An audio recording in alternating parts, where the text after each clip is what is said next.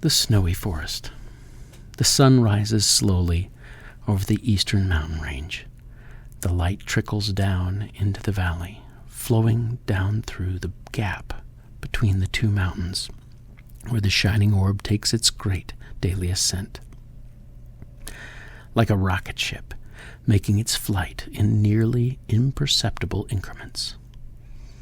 From the inside of the mountains, the rays of light form an ever-swelling pool that twinkles off of the branches of the few tall, snow-covered pine trees.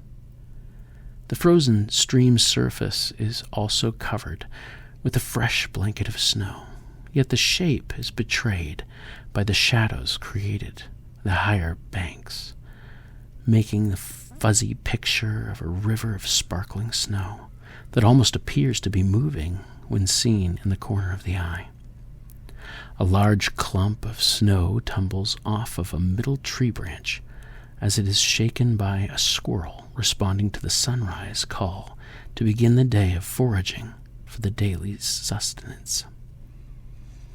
Racing down the trunk at a pace near that of falling, the squirrel's energy mysteriously transfers at the moment contact with the ground is made.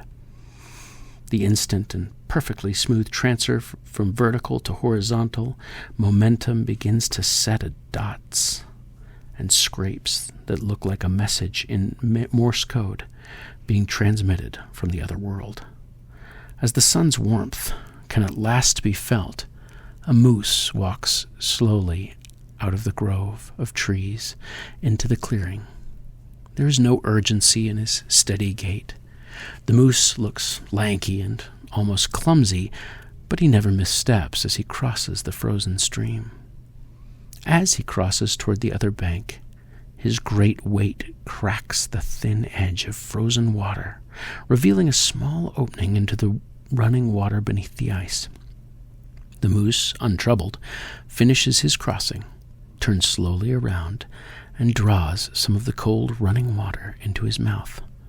Raising his head, he stands perfectly still, as if to savor that drink as a man might appreciate a cup of coffee. A moment later he turns again and walks slowly away from the stream. The great awakening of the snowy forest is now in full swing, and the crisp dawn air quivers with the sound of scurrying animals and the thawing of snow under the now beaming sun. A rhythmic scraping can be heard from the tiny log cabin nestled against a small hill in the clearing. A man covered head to toe in a heavy canvas coverall, heavy boots, and a bright orange knit hat shovels a path from his front door towards the small shed where he stores some winter tools and a snowmobile.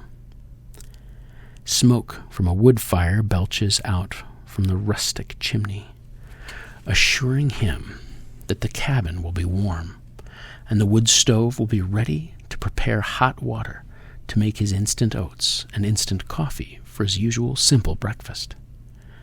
The cabin is a 3-hour drive and a 2-hour hike from his city home.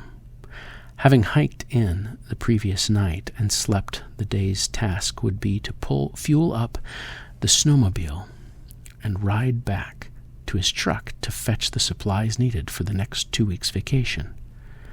For 2 weeks, he was not going to have to say a single word. This annual silent retreat would give him the time needed to read his Bible and sit quietly. Inside on cold days, at the rustic desk, and outside on the days when the sun allowed him to move his simple wooden chair out to the porch in hopes of catching a glimpse of the moose that frequented the area. He started the snowmobile and rode the path over the soft dimples of yesterday's tracks, now snowed over. He would be back in an hour and ready to fix breakfast. No television, radio, no signal on his cell phone.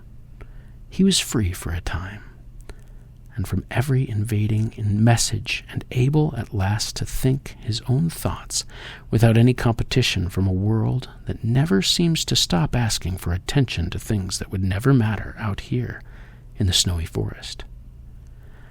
After 2 weeks, he would be ready to return.